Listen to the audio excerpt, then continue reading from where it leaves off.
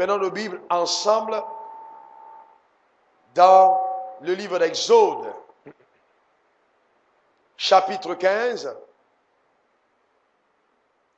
versets 22 à 26, et ensuite nous prendrons Galates 3, versets 13 à 14. On y va ensemble. 1, 2, 3. Moïse fit partie Israël de la mer Rouge. Il prit la direction du désert de Shur.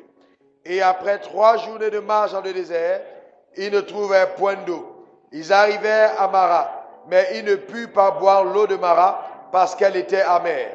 C'est pourquoi ce lieu fut appelé Mara. Le peuple murmura contre Moïse en disant, « Que boirons-nous » Moïse cria à l'Éternel, et l'Éternel lui indiqua un bois qu'il jeta dans l'eau. Et l'eau devint douce, et ce fut là que l'Éternel donna au peuple des lois et des ordonnances, et ce fut là qu'il le mit à l'épreuve. Et il dit, si tu écoutes attentivement la voix de l'Éternel, ton Dieu, si tu fais ce qui est droit à ses yeux, si tu prêtes l'oreille à ses commandements, et si tu observes toutes ses lois, je ne te frapperai d'aucune des maladies dont j'ai frappé les Égyptiens, car je suis l'Éternel qui te guérit. Galates 3, versets 13 et 14.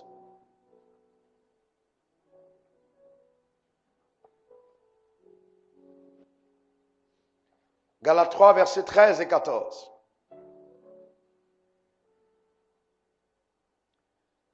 Vous y êtes? Christ nous a rachetés, 1, 2, 3, Christ nous a rachetés de la malédiction de la loi, étant devenu malédiction pour nous, car il est écrit, suivez bien, maudit quiconque est pendu au bois, afin que la bénédiction d'Abraham eût son accomplissement pour les païens,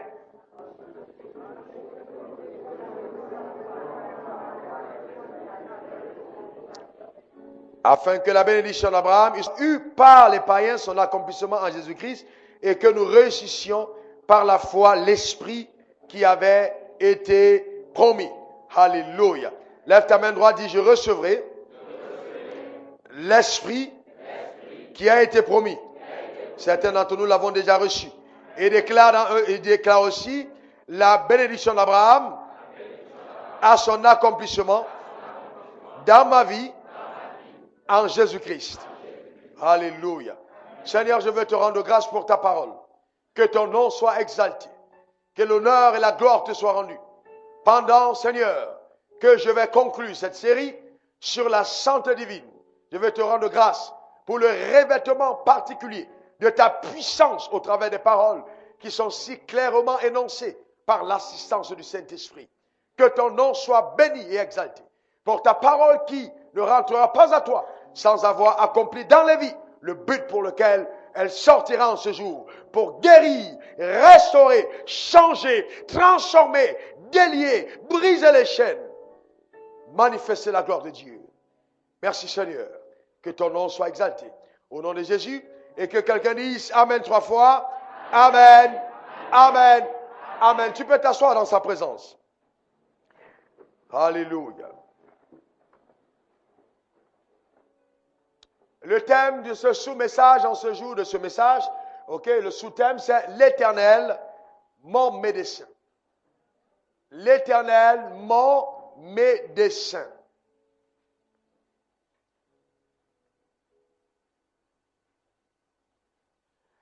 Alors la Bible nous dit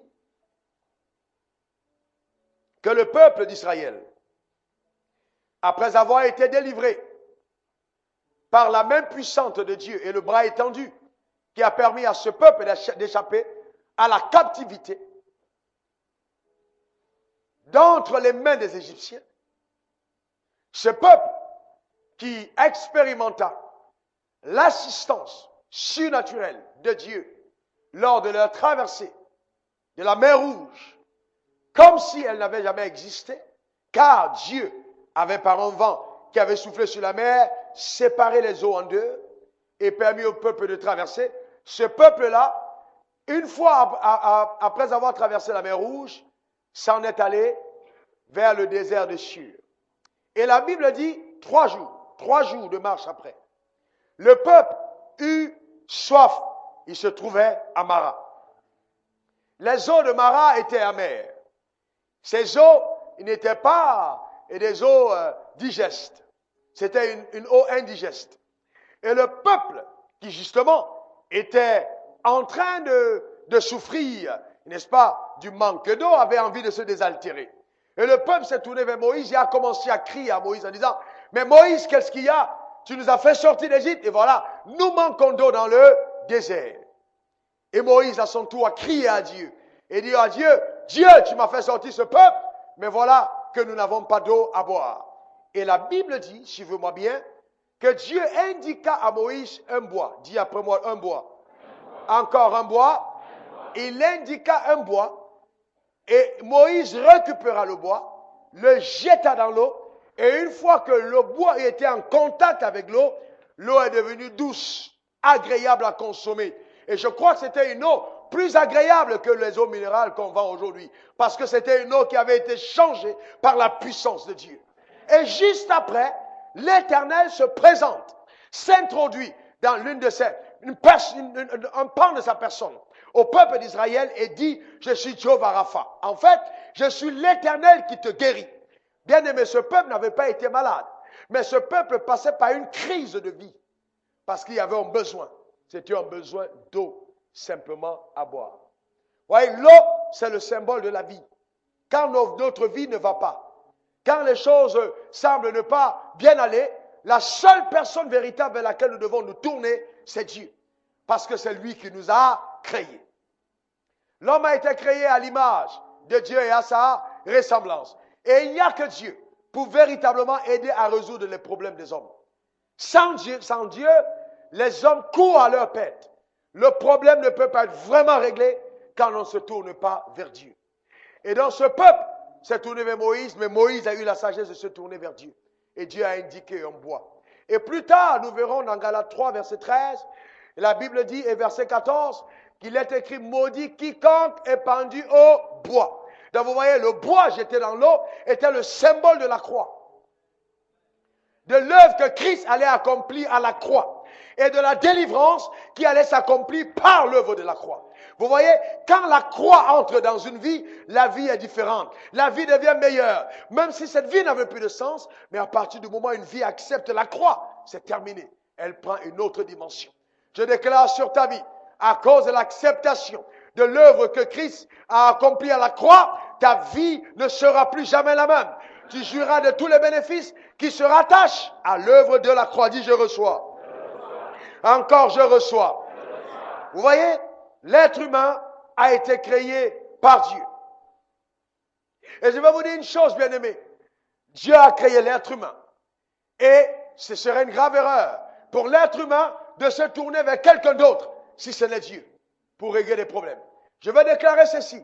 Il n'y a aucune maladie sur la terre que Dieu ne peut guérir. Il n'y a aucun problème que Dieu ne peut résoudre. En fait, tout ce qui est appelé impossible n'est qu'une interpellation de l'action de Dieu. Car à Dieu, rien n'est impossible. Et quand nous déployons notre foi, nous nous connectons à la possibilité divine. Rien n'est impossible. Amen. Dis, je sers en Dieu à qui rien n'est impossible. Vous voyez, rien n'est impossible à Dieu. Et je vais vous dire autre chose. Il n'y a aucun péché que Dieu ne peut pardonner. Quel que soit le péché commis, Dieu pardonne ce péché. Il n'y a aucun péché sur la terre que Dieu ne peut pardonner. Aucune maladie que Dieu ne peut guérir. Aucun problème que Dieu ne peut résoudre. Je vois Dieu agir puissamment à l'égard de ceux qui mettent en lui leur confiance. Il s'est révélé comme étant l'Éternel qui guérit. Mais le peuple n'était pas malade. Quand il s'est révélé comme étant l'Éternel qui guérit, le peuple avait eu un problème d'eau. Vous voyez? Donc Dieu ne s'intéresse pas simplement à guérir nos corps, mais il veut guérir notre vie entière. Guérir les problèmes émotionnels. Guérir nos finances. Guérir notre mariage. Guérir notre entreprise. Guérir notre vie. Guérir nos corps. La dimension de la guérison, n'est-ce pas, va toucher toutes les dimensions de la vie. Quel que soit le domaine où ça ne va pas, Dieu est capable de guérir. Donc Dieu est mon médecin. Amen. Donc Dieu est ton médecin. Il est là pour te guérir. Alléluia. Sauf que c'est un médecin qui ne te demandera pas d'attendre pendant 3 jours pour être consulté. Il ne te donnera pas un rendez-vous dans 2 mois parce qu'il est trop occupé. À n'importe quel moment, quand tu interpelles le ciel et te dis, Daddy, au nom puissant de Jésus, la porte est ouverte. Et le médecin vient vers toi pour te demander quel est le problème. Car il dit, je suis l'Éternel qui te guérit. Alléluia. Amen. Vous n'allez jamais interpeller le ciel et dire, j'ai envie de rencontrer Jehovah Rapha. Et on vous dit, Jehovah Rapha est trop occupé maintenant à résoudre les problèmes du nord du Mali. Il ne peut pas vous recevoir. Non. Non, non, non, non, non, non, non, non, non. Alléluia. On vous dira pas non, Jehovah Rapha est allé à la francophonie. Non, il est là, il est présent. Alléluia. Amen. Il est là. Alléluia. Amen. Amen. Pourquoi? Parce que c'est le seul roi de l'univers qui n'a pas besoin de jet privé pour se déplacer pour aller d'un continent à l'autre. Il n'a pas besoin de jet, il ne prend pas d'avion, il est à tout endroit, en tout lieu. Et je vais vous dire une chose, il n'accepte pas simplement d'être reçu dans les palais, mais partout où il arrive, cet endroit devient un palais à cause de sa présence. Ah, dis j'aime l'Éternel. Alléluia. Amen. Je vois les gens regarder ta vie plus tard et la célébrer à cause de la présence de l'Éternel à tes côtés. Amen. Alléluia. Et il dit, je suis l'Éternel qui te guérit. Je suis l'Éternel qui te guérit. Et dans Somme 103, verset 3, il dit, c'est lui qui pardonne toutes tes iniquités, qui guérit toutes tes maladies. Notez bien qu'il a dit toutes. Il n'a pas dit certaines, il a dit toutes. Mais quand vous allez à l'hôpital, on vous dit certaines. Mais l'Éternel te dit toutes. À toi de choisir. Amen. Entre celui qui peut tout guérir et ceux qui peuvent guérir certaines. Et souvent, c'est des guérisons à tâtonnement. Oh, dis Seigneur, tu es mon médecin. Matthieu 4, verset 23, la Bible dit, Jésus parcourait la Galilée, enseignant dans les synagogues. Vous voyez? Enseignant dans les synagogues. Pourquoi? Parce que l'enseignement est indispensable pour entrer en possession de ce que le ciel nous réserve. Vous voyez? Il enseignait dans les synagogues. Numéro 2, prêchait la bonne nouvelle du royaume. Si vous dites à quelqu'un, non, Dieu va te tuer, tu vas mourir dans tes péchés, c'est une bonne nouvelle? Est-ce que c'est une bonne nouvelle? Si vous voyez quelqu'un qui est malade, vous lui dites, Yako, supporte simplement. Peut-être que Dieu t'accordera encore 2 ans et puis tu vas mourir. C'est une bonne nouvelle? Non. La bonne nouvelle, c'est quoi? Que non, j'ai une solution pour toi. Je connais quelqu'un qui est capable de te guérir. Donc, il prêchait la bonne nouvelle du royaume. Alléluia. Ça, c'est un endroit, le temple de la foi. Quels que soient les problèmes que les hommes peuvent avoir sur la terre, quand ils foulent le pied de cet endroit, le problème se transforme en un miracle. Alléluia. Car l'Éternel le fait. Ce n'est pas un endroit où on accompagne les gens au cimetière. C'est un endroit où on sort les gens des tombes. Amen. En disant, maintenant tu peux encore vivre. Alléluia. Amen. Est-ce que tu me comprends? Toute maladie, l'Éternel est capable de guérir. Tout problème de résoudre. Tout péché de pardonner. Toute malédiction d'effacer. Acte 10, verset 38. Vous voyez comment Dieu a oint de Saint-Esprit et de force Jésus de Nazareth, qui alliait de lieu en lieu, faisant du bien et guérissant tous ceux qui étaient sous l'empire du diable. Car Dieu était avec lui. Vous voyez, quand vous vous déplacez pour rencontrer quelqu'un que Dieu a oint, quand vous quittez de son contact, vous vous sentez bien. Un message doit te faire du bien. La Bible dit Jésus faisait du bien et il guérissait. Donc, mais aujourd'hui, on ne va pas s'arrêter au fait que tu te sentes bien. Mais c'est pour demander à la maladie de délocaliser. Amen, de déménager, de changer de résidence. Parce que ton corps n'a pas été conçu pour que cette maladie s'installe en toi au nom de Jésus. Et guérissons tous ceux qui étaient sous l'empire de Satan. Ça veut dire quoi? Ça veut dire que quand on est malade, on est sous l'empire de Satan.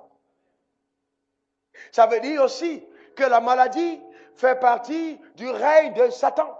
Donc, dans l'empire de Satan, on trouve la maladie. Dans l'empire de Dieu, on trouve la santé. La maladie est une malédiction et la santé est une bénédiction. Bien-aimé, la bénédiction fait du bien. Et la maladie fait du mal. Qui se sent bien quand il est malade? Qui se sent bien quand il est malade? Pourquoi donc on va vous dire non, dans tous les cas, ça peut être la volonté de Dieu que tu sois malade. Je vais te dire ce matin que si tu as entendu ça de n'importe qui, ce n'est qu'un mensonge de quelqu'un qui a refusé de mettre sa foi dans les Écritures. L'Éternel n'a aucune intention de te faire malade et de te garder dans la maladie. Ce n'est pas son intention. Ah non, je dis même pas l'intention. Il n'a jamais eu cette intention. Même l'intention. Certains d'entre nous n'avons pas péché, mais avons eu plusieurs fois l'intention de pécher. Mais Dieu même n'a jamais eu l'intention de te rendre malade. Oh, alléluia. Vous voyez? Donc, vous devez comprendre que la pensée de Dieu, ce qu'il veut, c'est qu'on soit en bonne santé. Ce qu'il veut, c'est qu'on soit heureux. Ce qu'il veut, c'est qu'on soit épanoui. C'est ce que la Bible veut. Et c'est ce que Dieu veut. Et la Bible dit que Christ nous a rachetés. Oh, j'aime ça. Rachetés de la malédiction. Et donc, si Christ nous a rachetés de la malédiction, et que la maladie est une malédiction, alors Christ m'a racheté de la maladie. On est d'accord là-dessus? Est-ce que ça va? Est-ce que vous comprenez ce que je veux dire? Parce que le tout, ce n'est pas de mentalement, mais il faut que ce soit la foi. Christ a racheté de la malédiction. Donc, si la maladie est une malédiction, Christ a racheté de la maladie. Maintenant, s'il arrive que tu sois malade, alors la maladie devient une illégalité dans ton corps. Parce que selon la juridiction céleste, la maladie n'a plus de droit en ce qui te concerne, car tu as été racheté de la malédiction. Le prix a été payé pour que la maladie n'ait plus d'emprise dans tes membres. Cependant, il arrive que comme le peuple d'Israël sortit d'Égypte et que quand nous passions dans le désert pour aller à notre terre promise, que sur le chemin, nous rencontrons des problèmes. Mais ce n'est pas parce qu'un problème arrive que c'est la volonté de Dieu pour toi. Et je me suis rendu compte que Dieu veut qu'on le connaisse. Et la meilleure façon de le connaître, c'est au travers des difficultés que nous rencontrons. Parce que tu ne diras jamais, Dieu est capable de guérir si tu n'as jamais été malade. Et je vais vous dire que ceux qui ont été malades et qui ont été délivrés croient en la santé divine. Alléluia. Parce qu'ils ont vu la main de Dieu. Bien-aimés, vous savez, c'est ça. Vous voyez ce que je veux dire? Donc, il est souvent important que nous traversons certaines crises pour voir comment l'Éternel est puissant et merveilleux. Vous voyez? Donc, ce n'est pas un problème si tu as un problème. Vous comprenez ce que je veux dire? Ce n'est pas un problème si tu as un problème. C'est un problème si ton problème n'est pas résolu par ta foi. C'est là le problème. Mais avoir un problème, ce n'est pas un problème. Tomber malade n'est pas un problème. C'est comment je gère la présence de la maladie qui arrive. Ce n'est pas le problème, le fait que je sois tombé malade. La Bible dit, le malheur atteindra souvent le juste. Mais, oh, j'aime ça, 3 points de suspension. L'Éternel le délivrera, pas souvent, mais toujours. Moi, en ce qui me concerne, quel que soit le problème qui arrive, je dis toujours, Seigneur, quand je regarde autour de moi, je me demande comment tu vas encore me surprendre. Ce n'est pas, vous voyez, c'est différent. Je ne dis pas, est-ce que Dieu va pouvoir? Non. Je dis, Seigneur, je ne sais pas comment tu vas encore me surprendre aujourd'hui. Parce que j'ai tellement vu ce Dieu faire des choses que je sais qu'il va me délivrer, mais je ne sais pas comment il va faire. C'est comme, vous voyez, je ne sais pas comment il va faire. Donc, je suis là pour guetter à gauche, à droite, mais comment mon Dieu me surprendra encore dans la résolution de ce problème? Ça veut dire qu'à aucun moment, je n'accepte que le problème pourra avoir le dessus sur moi. Je vais vous dire une chose. Vous cherchez quelqu'un qui va toujours avoir le dessus sur les problèmes, vous l'avez en face de vous. J'ai dit, à aucun moment le problème n'aura le dessus sur moi. Parce que celui qui est avec moi me donne la force, amen, de surmonter les problèmes. Vous aurez des tribulations dans le monde, mais prenez courage, j'ai vaincu le monde. Alléluia. Donc même si le médecin te donne le diagnostic vital, il te reste 2 jours à vivre. Continue simplement de sourire en disant, j'attends de voir comment l'Éternel me surprendra. On te dit non, puis fais ton testament, parce qu'il va te rester 1 jour. Dis simplement, j'attends de voir comment l'Éternel me surprendra. Bien-aimé Moïse, face à la mer Rouge, n'a pas vu Dieu le délivrer à 1 kilomètre. Ce n'était pas à 1 kilomètre. À 1 kilomètre, le peuple criait, l'armée avançait. Mais l'armée ne l'avait pas terrassé. Ils étaient toujours en marche. Ils sont arrivés devant la mer Rouge à 2 mètres.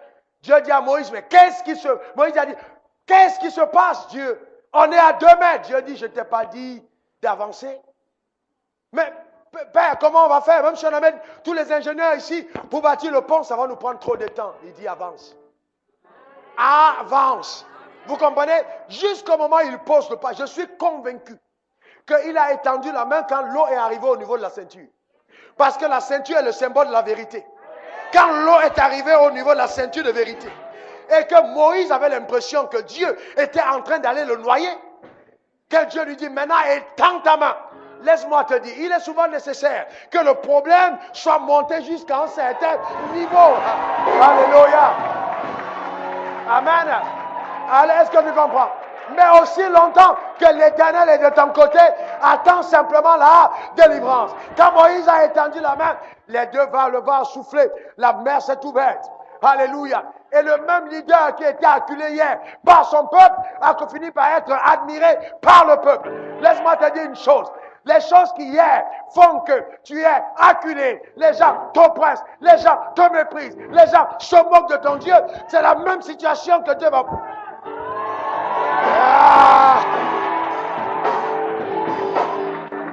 Yes.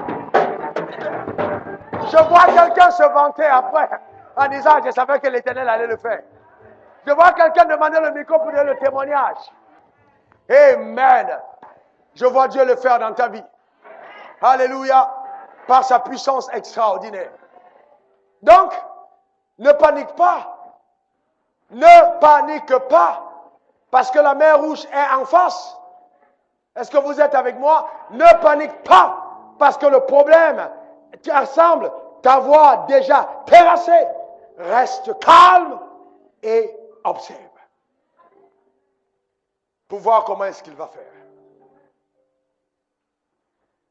Certains d'entre nous, c'est vraiment pas la foi que nous avons. On dit qu'on croit en Dieu, mais dès qu'un problème se passe, oh Seigneur, tu m'as abandonné, oh Seigneur. Il dit, mais attends, vous savez, et c'est pour ça qu'il y a des personnes qui ont les mêmes problèmes. Vous savez pourquoi les mêmes problèmes reviennent? En fait, ce n'est pas qu'ils sont maudits. C'est qu'il y a tellement un plan de destinée rattaché à leur personne que l'Éternel est obligé de leur faire repasser le test. Parce qu'il dit, tu ne vas pas t'arrêter dans cette classe, je t'attends plus haut. Donc le même problème revient, tu échoues. Après, telle personne te vient en aide. Le même problème revient, le même problème revient. En fait, ce n'est pas en fait que le diable qui t'attaque. Mais Dieu permet ça simplement parce qu'il dit, tu es condamné à marcher par la foi dans mon royaume. Donc si tu n'as pas eu le preuve maintenant, demain tu repasses le test. Jusqu'à ce que tu saisisses la parole et tu passes à un autre niveau. Alors le ciel acclame en disant, Alléluia, gloire à Dieu. Amen. Parce que tu es allé à un autre niveau. Vous voyez? Vous devez comprendre que c'est comme ça que Dieu travaille. Il veut qu'on passe les tests. Il veut qu'on puisse aller à une autre dimension. Il veut qu'on aille à un autre niveau, bien-aimés. Et je vais vous dire une chose, je le crois fermement. Certains d'entre nous dans cette salle vont donner des témoignages qui vont nous amener à trembler sur nos chaises. De ce que Dieu est capable de faire. Donner des témoignages qui vont nous impressionner de comment notre Dieu est si grand. Il n'a pas changé, bien-aimés. J'ai dit, il va le faire. J'ai dit, il va le faire. J'ai dit, il va le faire. Lève ta main droite et déclare ces paroles après moi. Aucune malédiction, c'est-à-dire la maladie, sous toutes ses formes, et quel que soit son nom, la mort prématurée, les envoûtements, la pauvreté, n'a aucune place dans ma vie. Au nom de, je confesse que Jésus-Christ m'a racheté de la malédiction. Je suis hautement béni, protégé, sécurisé et favorisé dans mon alliance avec mon Père. Je déclare que la malédiction est partie. Malédiction, bye bye, bye bye. Je n'appartiens plus à l'empire machiavélique de Satan. Je suis délivré par la puissance de l'Éternel. Je suis sauvé pour être en bonne santé, physiquement, émotionnellement, financièrement. Je suis béni par l'Éternel, mon Créateur Au nom de Jésus. Amen. Amen. Et amen. La Bible dit dans 1 Pierre 2, verset 24. 1 Pierre 2, verset 24.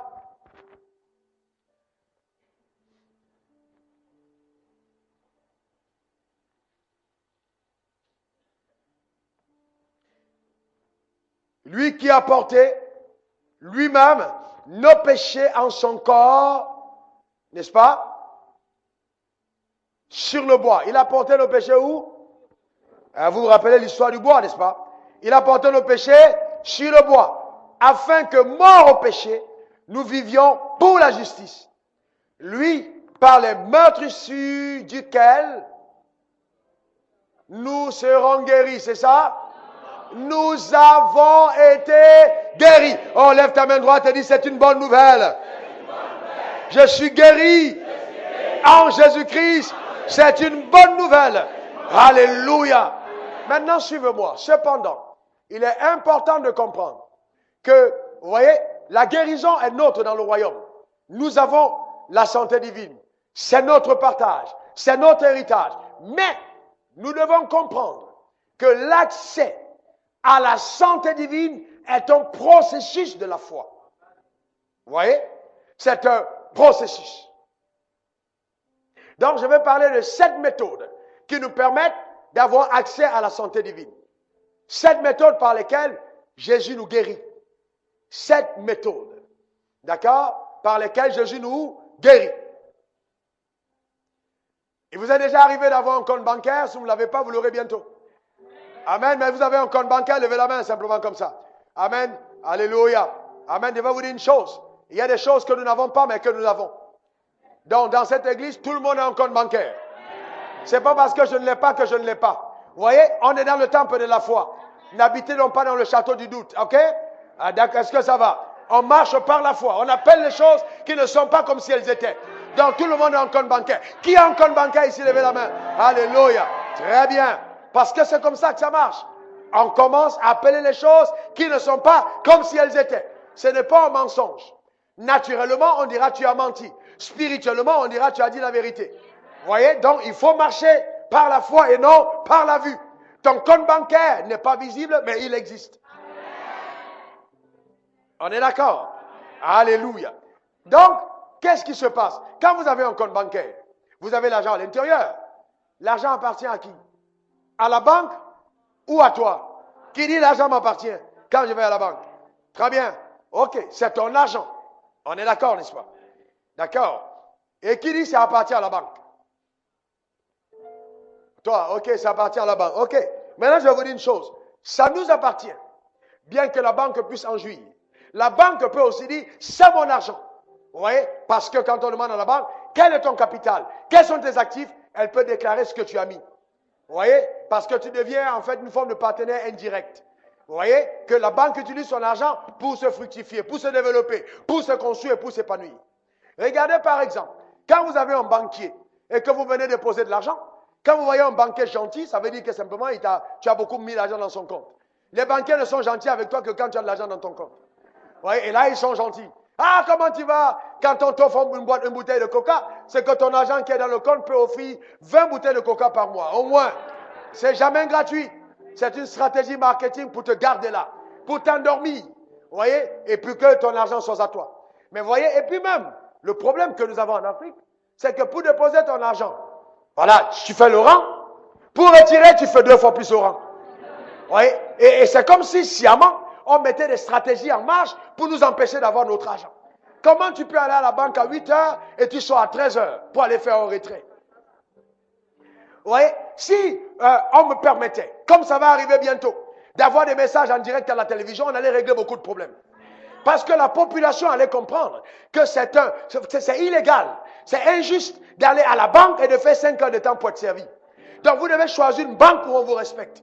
D'ailleurs, moi c'est clair, je ne mets pas jamais mon argent dans une banque où je fais le rang. Non. D'ailleurs, non seulement je ne fais pas le rang, mais je ne garde pas n'importe où. Je ne veux pas me mettre en insécurité quand je viens à la banque. À prendre ou à laisser.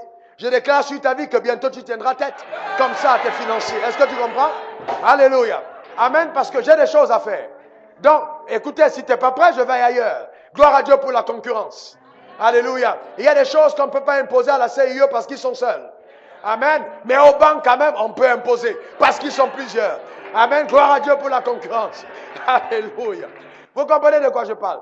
D'accord? Dès qu'il y aura la concurrence, on dira si vous coupez n'importe comment, ça nous avertit, on va ailleurs. Vous voyez ce que je veux dire? Donc, vous voyez, et donc les gens laissent l'argent à la banque et le banquier prend l'argent, il fait ce qu'il veut et entraîne le client n'importe comment. Et ça, c'est pas normal. Et c'est dans les pays du tiers-monde. Les pays qui acceptent n'importe quoi où on voit ces choses-là. C'est inacceptable. Inacceptable. Le développement passe par la réforme des mentalités aussi. Et nous devons jouer un rôle là-dedans. Et je vais vous dire que bientôt, certains d'entre vous ici, on va se mettre ensemble et on va ouvrir une banque. Ah ouais, ouais. Vous n'avez pas compris de quoi je parle. Hey. Ah. Vous n'avez pas compris de quoi je parle. J'ai dit on va ouvrir une banque. Est-ce que vous me comprenez? Et la banque sera différente. Amen. J'ai dit certaines personnes ici, pas ailleurs. On n'aura pas cherché les capitaux ailleurs. On se met ensemble, on dit bon, on met notre banque. À cause de la puissance que le Dieu nous donne. À cause de la puissance financière que vous et moi on va avoir. Amen. Je ne sais pas qui veut s'exclure, mais moi, je suis dans le coup. Yeah. Alléluia. Amen. Donc, vous voyez, c'est ça. Et donc, vous voyez aussi, il y a différents, vous voyez, on peut faire un compte d'épargne, on peut faire un compte courant, mais il y a un autre type de compte que je trouve assez vicieux, les comptes numérotés. Donc, quand vous commencez à avoir de l'argent à un certain niveau, les banquiers vous approchent en disant, bon, voilà, est-ce que ça ne t'intéresse pas de voir un compte numéroté, n'est-ce pas, peut-être aux îles Caïmans, de poser ça à Monaco, ou alors dans un truc offshore, où, vous voyez, où tu as la possibilité, n'est-ce pas, de ne pas payer les impôts sur tes revenus. Et qu'est-ce qui se passe quand nos riches d'Afrique, qu'est-ce qui se passe? C'est que tu prends un compte numéroté, tu le mets à la banque. Il est numéroté, on te donne peut-être 7 chiffres ou 12 chiffres selon la banque. Et souvent, ta femme ne connaît même pas les chiffres. Et les banquiers, ils savent que c'est un piège. Parce que le jour où tu es mort, le compte est mort aussi. Donc, personne ne saura où se trouve ton compte. Et les banquiers vont récupérer l'argent pour eux. Et tes enfants sont là. Vous voyez, un homme était riche. Et dès qu'il est mort, ses enfants ne peuvent plus aller à l'école. Où est passé l'argent? Compte numéroté. Donc, personne d'autre en dehors de lui ne connaissait que le numéro. C'est pour ça que, bien aimé, quand vous dites à vos femmes où se trouvent vos affaires, vous ne vous faites aucun mal. Ah, si, ouais, vous ne vous faites aucun mal. Si, du moins, vous avez choisi la bonne femme.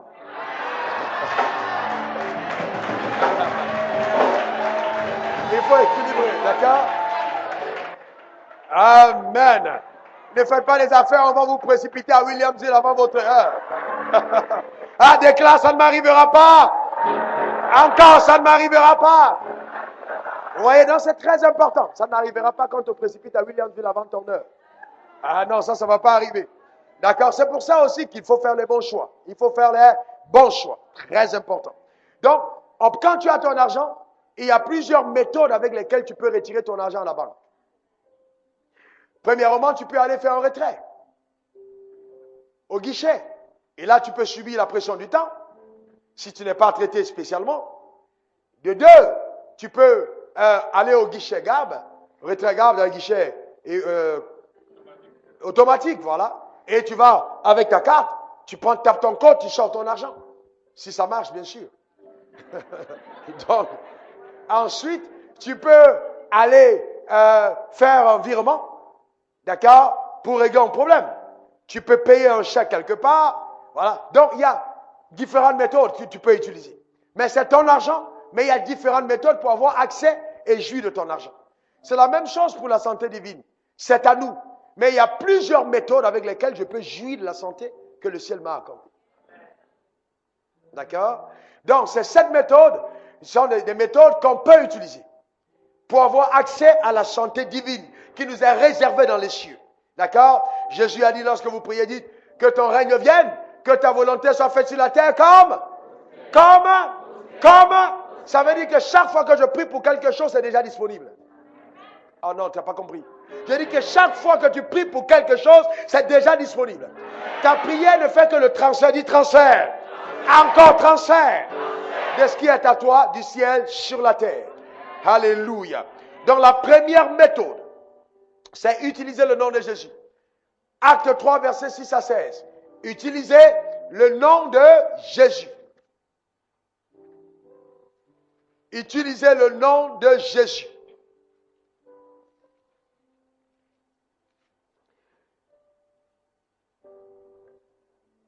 La Bible dit que quand Pierre et Jean, n'est-ce pas, sont allés au temple, à l'heure de la prière, à la 9e heure, ils ont trouvé un boiteux qui était là, boiteux depuis sa naissance. Il n'avait jamais marché. Depuis sa naissance. Et donc, au verset 6, la Bible dit, alors Pierre dit, je n'ai ni argent ni or, mais ce que j'ai, je te le donne. Au nom de Jésus-Christ de Nazareth, lève-toi et marche. Verset 16, la Bible dit, c'est par la foi en son nom. C'est par la foi en son nom que son nom a affermi celui que vous voyez et connaissez.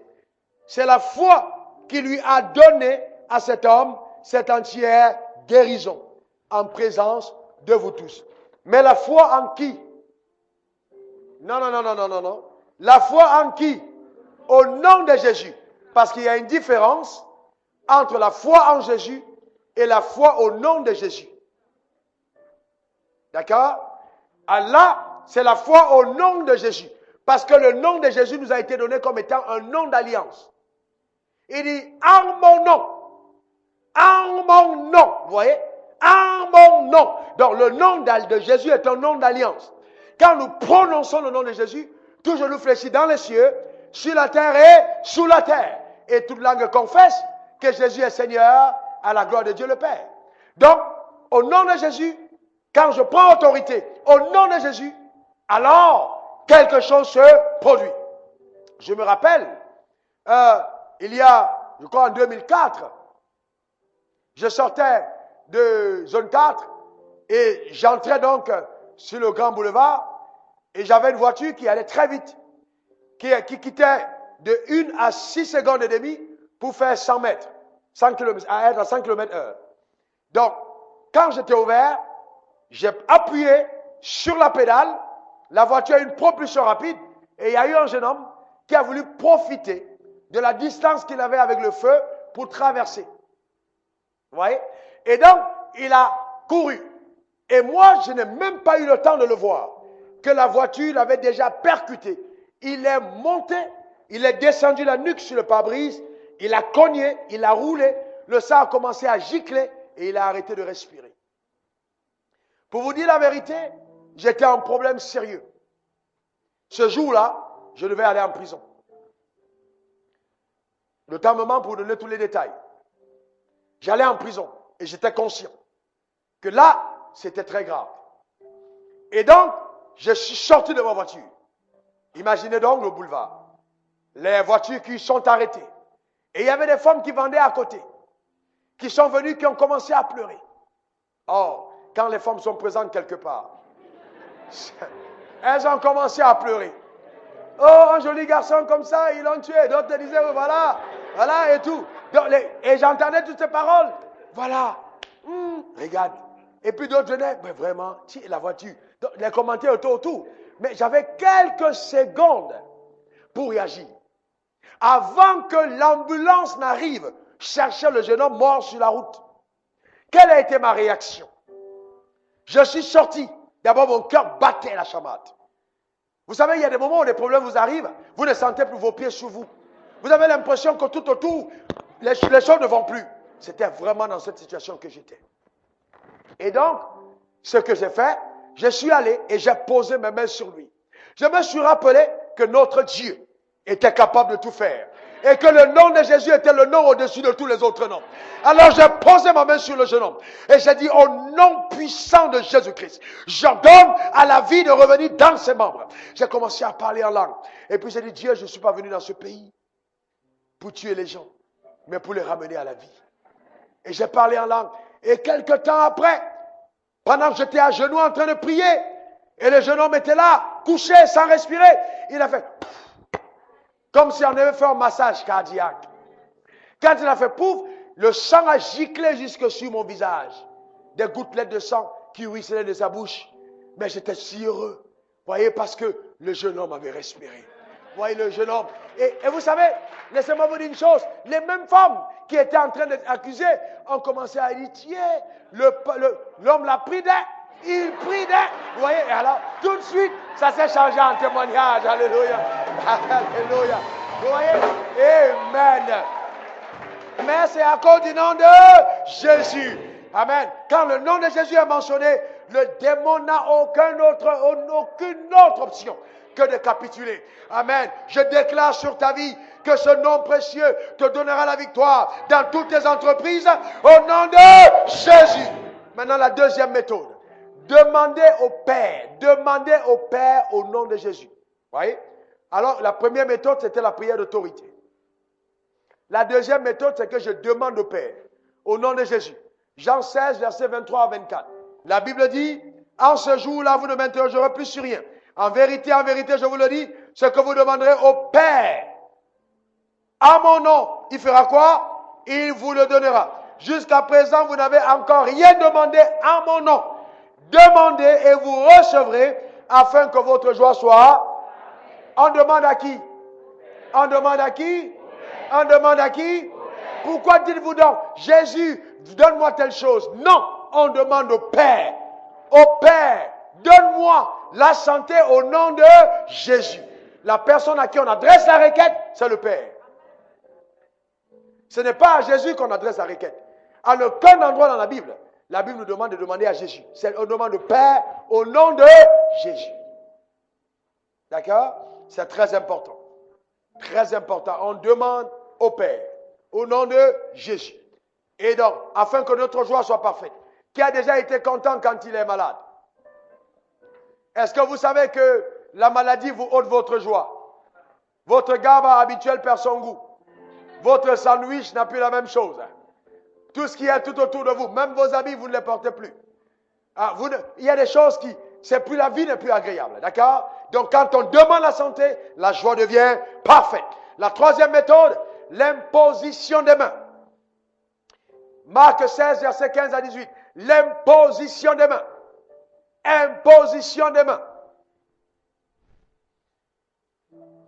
Voici les signes qui accompagneront ceux qui auront cru. À mon nom, à mon nom, à mon nom. Ils feront quoi? Ils imposeront les mains aux malades et les malades seront guéris. Alléluia. Qui impose les mains aux malades? Le pasteur, l'apôtre ou qui? Qui impose les mains? Ah non, s'il vous plaît. C'est très sérieux. Qui impose les mains? C'est lui qui a cru, n'est-ce pas? Est-ce que tu as cru? Est-ce que tu as cru en Jésus? Lève la main si tu as cru. Ça veut dire que tu peux imposer les mains, n'est-ce pas? N'est-ce pas? Imposer les mains à qui? Aux malades, afin que les malades soient guéris. Donc la première réaction, si tu es chez toi la nuit, et qu'à 2 heures du matin, il y a une convulsion dans ta maison, je déclare que ça n'arrivera pas. Mais on ne sait jamais. Hein? Si la fenêtre était ouverte et que la maladie est entrée, d'accord? Et que l'enfant commence à convulser, quelle est la première réaction? À 2 heures du matin, tu peux appeler ton pasteur et lui aussi il est en train de dormir. Parce qu'il n'est pas omniprésent. Amen. Il doit se reposer, c'est un homme. Il dort. Le pasteur dort aussi. Très bien. Ok. Donc, on dort. Et donc, quand tu appelles ton leader est en train de dormir. Mais à partir de ce moment, rappelle-toi que la Bible dit que tu imposeras les mains aux malades et les malades seront guéris. Amen. Donc, tu vas et tu poses des mains sur ton enfant. Je ne sais pas comment tu l'appelles, bout de chou, bout de cou, ou quoi, quel que soit le nom que tu as donné. Amen. Tu poses seulement ta main sur l'enfant. D'accord? Si tu l'appelles ma puce, attention, elle peut te piquer plus tard. Donc, donne les noms, amen, qui sont corrects. D'accord? C'est très important. D'accord? Qu'est-ce que la puce fait? Ça suce. Hein? Amen. Quand tu vas voir ta fille qui va venir à la maison à 14 ans, et dit, maman, tu sais, elle est déjà shootée à 14 ans. Amen. Tu vas te demander où ça vient, mais tu as appelé ta puce pour qu'elle vienne te piquer par ses attitudes. Alléluia. Donc faites attention au nom que vous donnez aux enfants. Amen. Alléluia. Ou alors l'enfant arrive à 13 ans pour te dire, maman, tu sais, je vais te présenter mon copain. Alléluia. Amen. À 13 ans dans la maison. Et tu vois le père qui est à table, qui parle en langue, il regarde sa fille comme ça, et la mère et le père se regardent. La mère dit, c'est bien. Le père dit, c'est ce que je t'ai dit. Voilà comment tu as gâté l'enfant. Voilà, je t'avais bien dit. Amen. La mère dit, non, aujourd'hui c'est comme ça que ça se passe. C'est leur âge, c'est l'âge. C'est comme ça que ça se passe à cette époque. Amen. A dit, retournons à la Bible. A dit à ton voisin, retournons à la Bible. Alléluia. Amen. Pour éviter ce genre de choses, imposez les mains aux enfants les soirs. N'allez pas simplement pour faire des bisous. Parce que le bisou, il a un impact émotionnel, alors que l'imposition des mains a un impact spirituel. Imposez les mains.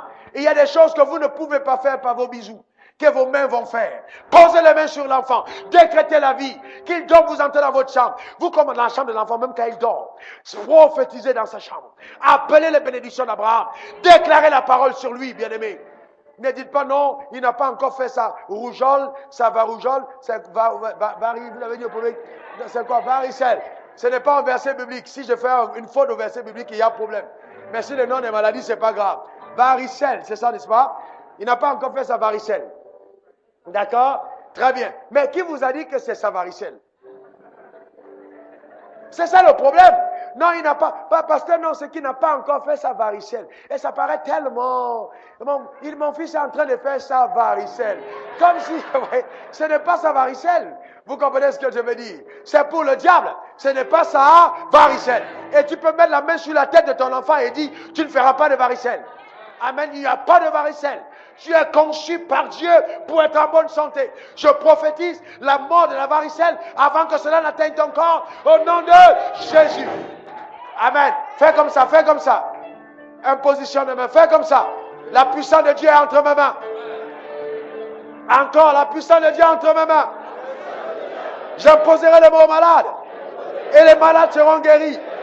Alléluia. Je vous rappelle une chose, bien aimé, à ceux qui ont cru.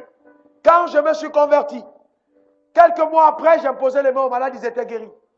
Bien aimé, la guérison n'a rien à voir avec l'ancienneté dans la foi, mais a tout à voir avec la foi. D'accord? Donc, il y a des moments où je priais, ma main droite tremblait. Et je me disais, mais c'est quoi? Vous priez, puis vous avez l'impression que ça vous démange. Non, c'est la puissance qui s'échappe. Vous avez tellement emmagasiné que ça a envie d'aller sur un corps qui en a besoin. Vous voyez? La puissance ne nous est pas donnée pour garder, mais pour utiliser. Dis à ton voisin, utilise ta puissance. Guéris les malades. Alléluia. Vous voyez donc, quand tu imposes les mains, il y a un transfert de puissance.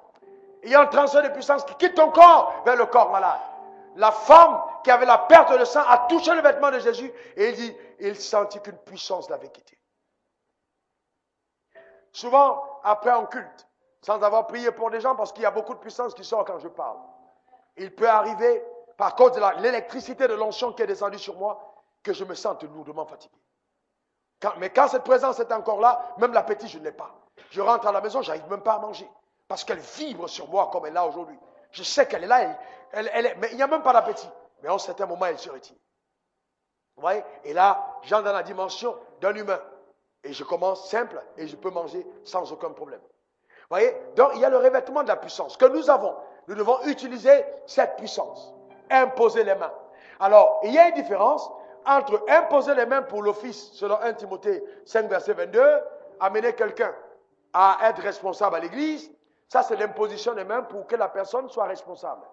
Les gens disent non, attention. Si vous imposez les mains aux gens avec précipitation, vous prendrez des démons.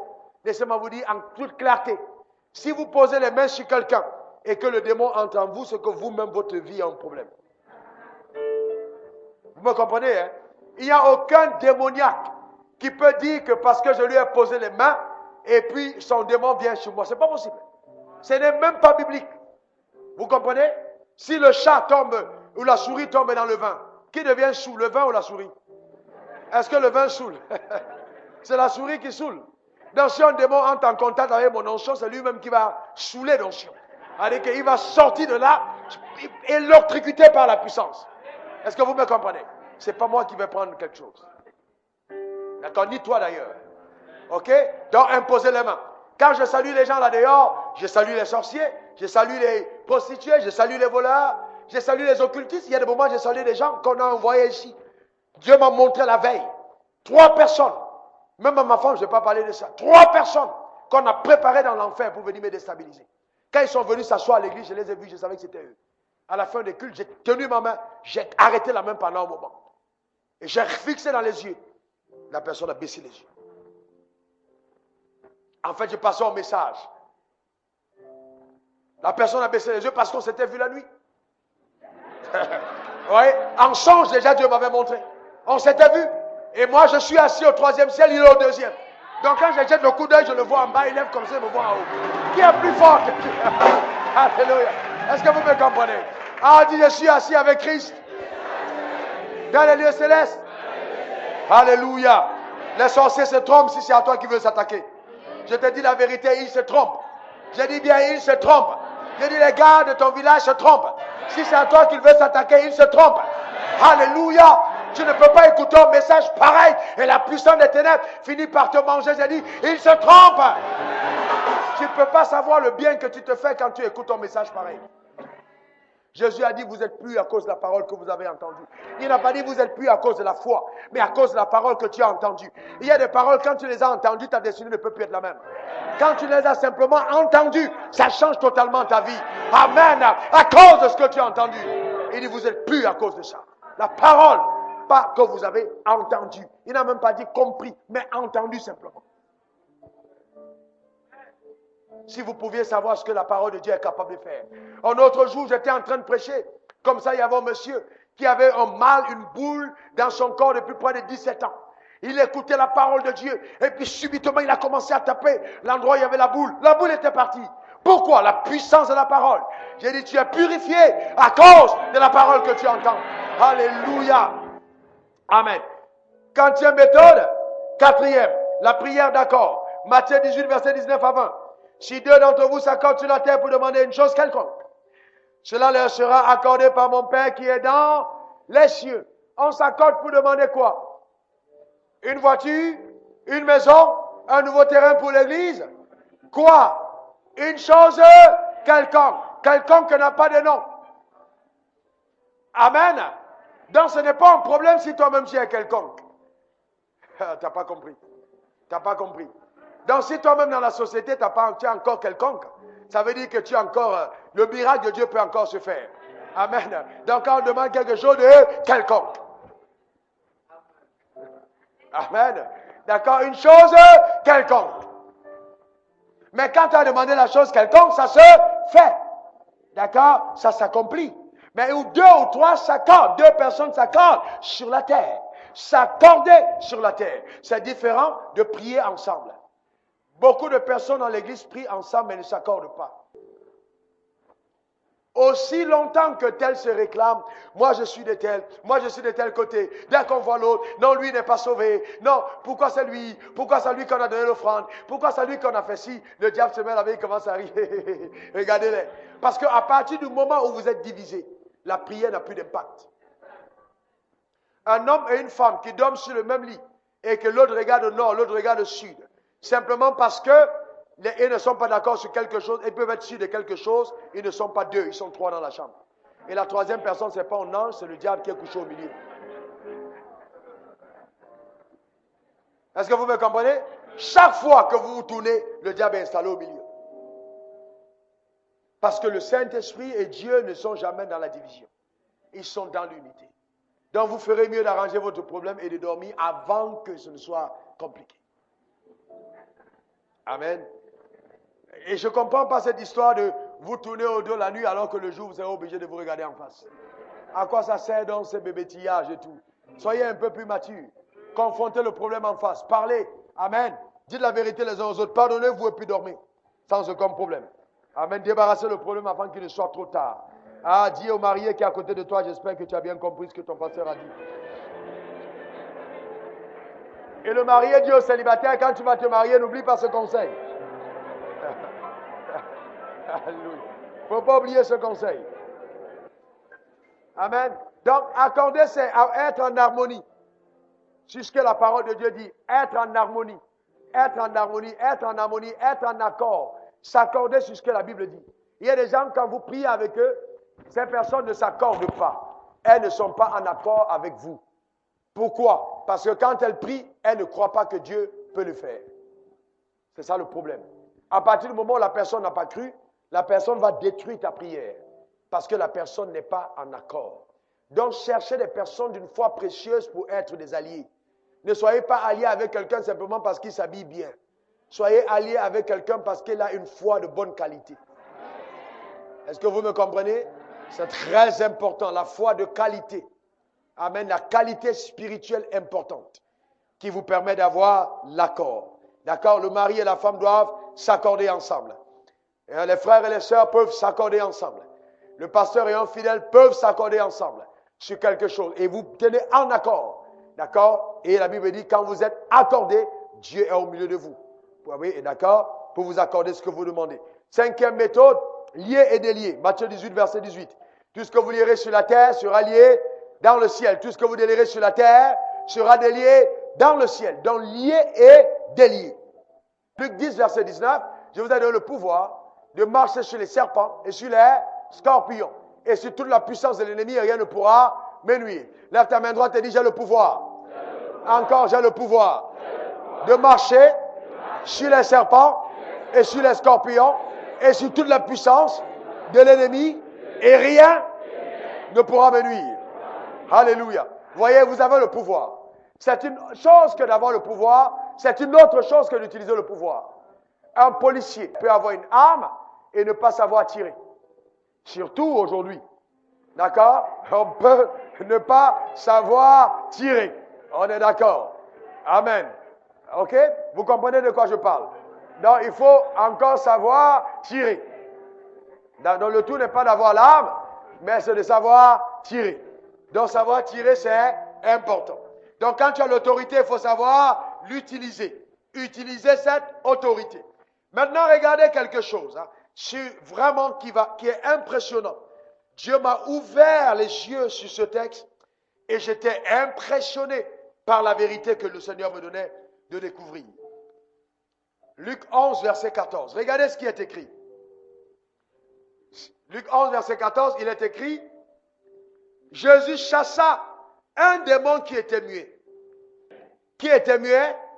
Le démon qui a été chassé. Et qu'est-ce que la Bible dit après, au verset 14? Lorsque le démon fut sorti, qu'est-ce qui s'est passé? Lorsque le démon fut sorti, le muet parla. En fait, entre le démon et le muet, qui était muet? C'est le démon qui était muet. Et c'est parce que le démon qui était muet était dans l'homme que l'homme est devenu muet. Laissez-moi vous dire une chose. Chaque démon a une identité, a une mission précise. Il y a des démons de querelle. Quand le démon est installé en toi, ce n'est pas toi qui es querelleur. Mais comme le démon de querelle est en toi, tu commences à quereller. Parce qu'il contrôle ta vie et t'imprime ce qu'il est. Vous voyez? Donc, et tu peux avoir l'impuissance, mais tu dis je suis impuissant. Non, tu n'es pas impuissant. C'est le démon d'impuissance qui est en toi. Donc, quand le démon impuissant sera chassé, tu retrouveras ta normalité. Donc, à partir de ce moment, il faut chasser le démon qui est responsable du mal. Une fois qu'il part, le mal disparaît. D'accord? Là, c'est un démon qui est responsable. Comment je sais que le démon est responsable? Par exemple, il y a des gens qui ont des appétits sexuels qui sont contrôlés par des démons. C'est juste des appétits anormaux. Vous voyez? Ils sont simplement, sexuellement, anormalement désirants. Et là, c'est une présence d'un démon impureté. Vous voyez? Qui est toujours en train de vous pousser vers des appétits incroyables. D'accord? Et ça, c'est un problème. Le démon doit être chassé. Parce que s'il n'est pas chassé, le démon va détruire ta vie parce qu'il vient avec une mission. Pour ruiner ta vie. Donc le démon doit être chassé. Ensuite, la personne va retrouver sa santé. Laissez-moi vous dire autre chose, bien-aimé. Ce n'est pas parce que je lève ma main vers le ciel et que j'adore le Seigneur que je suis certainement pas possédé. Non, on peut adorer Dieu et être quelqu'un de possédé. On peut reconnaître que Jésus est Seigneur et être possédé. Le fou de Gadara qui vivait dans les sépulcres, quand il a vu le Seigneur, il a couru et il dit, Maître, je sais qui tu es. Il avait même la révélation de Jésus. Il s'est mis à genoux devant lui. Il a levé les mains. Il était, je suis le premier membre de ton église. Jésus-Christ, je te reconnais. Amen. Mais je t'en supplie, ne me chasse pas simplement, mais on est ensemble. Où est-ce que je veux dire? Je reconnais que tu es Seigneur. Jésus a dit, hey, sors ici là. Vous voyez, il a chassé. Et l'homme a retrouvé ses sens. Vous voyez, donc le fait de courir vers Jésus ne veut pas dire que tout est correct. Et je vais vous dire une chose, c'est vous seul qui devez reconnaître ce qui est incorrect en vous. D'abord. Parce que si tu viens et que tu te comportes comme si tout allait bien alors que tout va mal, bien aimé, tu vas garder en toi le mal pendant longtemps et le diable va te ridiculiser. Simplement. Pourquoi? Parce que quand ce démon est présent, le but c'est de te détruire. Donc, il faut souvent avouer. En disant, je ne sais pas ce qui m'arrive. Mais c'est arrivé au point où peut-être même je regarde juste une poule, même pas un être humain, et je suis dérangé. Vous voyez? Il y a des gens qui sont comme ça. Même leurs propres filles, ils ont des problèmes. Et il y a aussi des femmes, elles voient des hommes, quel que soit l'homme, elles ont des problèmes. C'est un démon. C'est un démon. C'est un démon qui est présent. Et là, tu dois avoir le courage d'avouer. Vous voyez? Et de dire, j'ai ce problème-là. Priez pour moi. Et le démon va partir. Il va partir. Parce que tu reconnais que tu as ce problème. Aussi longtemps que tu n'avoues pas le problème que tu as, c'est comme si tu prends des charbons ardents et tu mets sous ta chemise et tu enfiles. Et puis tu dis, je vais au boulot. Et c'est ça qui peut terminer très mal. Parce que tu ne peux pas mettre le feu dans ta robe sans penser que tu ne vas pas brûler. Donc, il faut apprendre. N'est-ce pas? Et le point numéro 6, oint d'huile le malade. L'onction d'huile, onction d'huile. Jacques 5, verset 14 à 15. Ici, la personne malade va vers les autorités spirituelles. Ok? Les anciens de l'église, les leaders de l'église, sous laquelle elle est soumise. Et cette autorité prie pour elle en faisant l'onction d'huile. L'onction d'huile, en noignant d'huile le malade. Ça, c'est la prière par l'onction d'huile. Jacques 5, verset 14 à 15. Vous voyez, en noignant d'huile le malade. Ça, c'est l'onction d'huile. D'accord? Et donc, chaque responsable de l'église doit manifester son autorité spirituelle. Prier pour être spirituellement fort. Parce que Dieu veut utiliser les leaders de l'église pour résoudre des problèmes. Ce n'est pas simplement le pasteur qui doit prier pour les malades. Chaque responsable de l'église doit être à même de prier pour les malades. C'est pour ça qu'ils sont au premier banc. Comme ça, quand l'église regarde, l'église dit, si j'ai un problème, je peux courir chez lui, il va prier pour moi. D'accord? C'est ça l'autorité.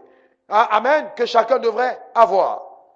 Dernier point, utiliser la parole comme étant un médicament. Utiliser la parole comme étant un médicament. Psaume 107, verset 20.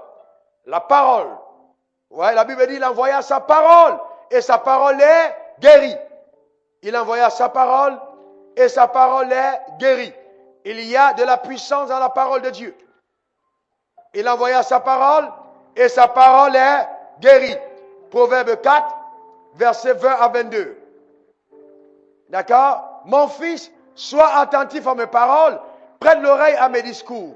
Qu'ils ne s'éloignent pas de tes yeux, garde-les au fond de ton cœur. Car c'est la vie pour ceux qui les trouvent, c'est la santé pour tout leur corps, n'est-ce pas? Qu'est-ce qui est la vie? La parole. Qu'est-ce qui est la santé pour le corps? La parole. Donc quand on reçoit la parole donne la vie, la parole produit la santé. Alléluia. Il y a une vitamine dans la parole qu'aucune vitamine terrestre n'est capable de produire. C'est la vitamine divine qui est injectée par la parole. Maintenant, je voudrais quelqu'un ici devant, et on va terminer le message avec ça. Quelqu'un devant, celui qui va venir aura la santé jusqu'au restant de ses jours. Alléluia. Amen. Alors, vous voyez, quand tu viens voir le médecin, d'accord, tu prends un rendez-vous, tu viens voir le spécialiste. Quand tu arrives devant le spécialiste, la première réaction, qu'est-ce qu'il fait? Il observe d'abord, pour voir s'il y a un problème. Et quand il a observé, il peut passer maintenant à l'auscultation. Il va t'ausculter, n'est-ce pas? Il est là et il va palper tes organes pour voir s'il y a un problème. Alors, laissez-moi vous dire ceci.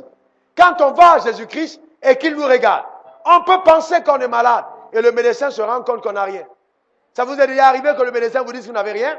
Donc quand tu vas à Jésus et tu dis je suis malade, il vient te regarder le sculpte, il dit t'inquiète pas, tu es en bonne santé. Il dit, pas me mettre ici, tu as été guéri. Le problème c'est quoi? C'est qu'il peut arriver que dans ton corps, il y ait vraiment la maladie. Mais quand tu vas à Jésus qui est ton médecin, il te dit tu es en bonne santé. Maintenant, il va te montrer une des 7 méthodes par lesquelles la santé qui t'appartient peut aller dans ton corps. Mais cette méthode, c'est une activation de la foi qui te permet d'avoir ce qui est déjà à toi. Est-ce que ça va? Est-ce que ça va? Dis, je suis en bonne santé. Encore, je suis en bonne santé. Et souvent, quand le médecin naturel te fait des prescriptions, il te fait des prescriptions sur la base des découvertes de certaines personnes. Voyez, tel spécialiste a découvert ceci et il te prescrit des médicaments selon ses découvertes. Mais quand Jésus, lui, te fait des prescriptions, il te dit, je suis moi-même le médicament. Amen, c'est moi qui ai payé le prix. Quand tu regardes à moi, tu es guéri. J'ai payé le prix à la croix. Tu n'as besoin de rien d'autre que de t'approprier ce qui est à toi de façon légale. Alléluia. Amen. Lève ta main droite et déclare, ni le cancer, ni aucune autre forme de virus n'aura de pouvoir sur ma destinée. Car mon médecin, Jésus-Christ, a payé le prix pour moi à la croix. Je suis en bonne santé. C'est définitif. Jésus m'a sauvé. Amen. Amen. Et amen. Amen. Alors je voudrais demander ce matin, comme nous sommes à notre deuxième culte, y a-t-il quelqu'un ce matin qui dit, je veux vraiment donner ma vie au Seigneur. Je veux me réconcilier avec Dieu. Je veux vivre pour lui. Que la personne lève sa main, je vais prier pour elle ce matin. Alléluia. Amen. Lève-toi simplement. On acclame le Seigneur pour ces courageuses personnes. Alléluia. Amen. Ouh là là, gloire à Dieu. Amen. Dans la salle annexe, faites-nous parvenir les personnes qui... Amen, amen, amen. Avancez, s'il vous plaît. Je vais demander, avancez, évangile Simplice, pour la prière. Pendant que l'église acclame. Alléluia.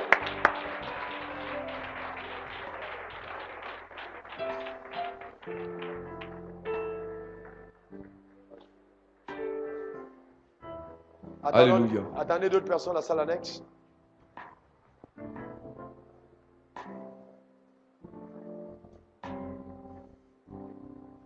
Merci Jésus.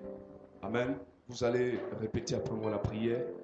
Dites, Seigneur Jésus. Seigneur Jésus. J'ai écouté ta parole. J'ai écouté ta parole. Mon âme a été touchée. Mon âme a été touchée. Mon cœur a été bouleversé. Mon cœur a été bouleversé. Je prends l'engagement. Je prends l'engagement. Ce matin. Ce matin. De t'accepter. De t'accepter. Dans ma vie. Dans ma vie. Comme mon Seigneur. Comme mon Seigneur. Et mon sauveur personnel. Et mon sauveur personnel. Prends le contrôle de ma vie. Prends le contrôle de ma vie. Transforme mon cœur de pierre. Transforme mon cœur de pierre. En cœur de chair. En cœur de chair. Donne-moi d'avoir accès. Donne-moi d'avoir accès. À la vie de Dieu. À la vie de Dieu. Donne-moi d'appartenir. Donne-moi d'appartenir. Désormais. Désormais. À ton royaume. À ton royaume. Seigneur, merci. Seigneur, merci. Parce que par ton esprit. Parce que par ton esprit. Tu opères. Ce miracle. Ce miracle. Dans mon homme intérieur. Dans mon homme intérieur. Je crois qu'après cette prière. Je crois qu'après cette prière. Ma vie est transformée. Ma vie est transformée. Ma vie n'est plus la même. Ma vie n'est plus la même. Parce que Jésus vient habiter mon âme. Vient habiter ma vie. Seigneur, merci pour ton œuvre dans mon cœur. Au nom de Jésus que j'ai prié. Amen. Je vais prier pour vous, Seigneur, merci. Je veux te rendre grâce pour ces vies. Merci pour le miracle de la nouvelle naissance. Toi seul as la capacité de changer les cœurs, de transformer les vies, de guérir les malades, de restaurer nos vies par ton pouvoir. Je demande, au nom puissant de Jésus-Christ, que comme tu as changé ma vie, Éternel, tu changes sa vie en opérant le miracle intérieur. Oh Dieu, fais-le afin que ton nom soit glorifié. Au nom puissant de Jésus. Merci Seigneur pour ton œuvre excellente, pour ta puissance merveilleuse. Guéris l'homme intérieur. Change l'âme par ton pouvoir. Change le cœur, Éternel, et donne une vie nouvelle. Je déclare que toute présence, toute action des ténèbres contre votre vie est détruite au nom puissant de Jésus. La malédiction n'a plus d'emprise sur vos vies. Vous êtes de nouvelles créatures, créées en Jésus-Christ.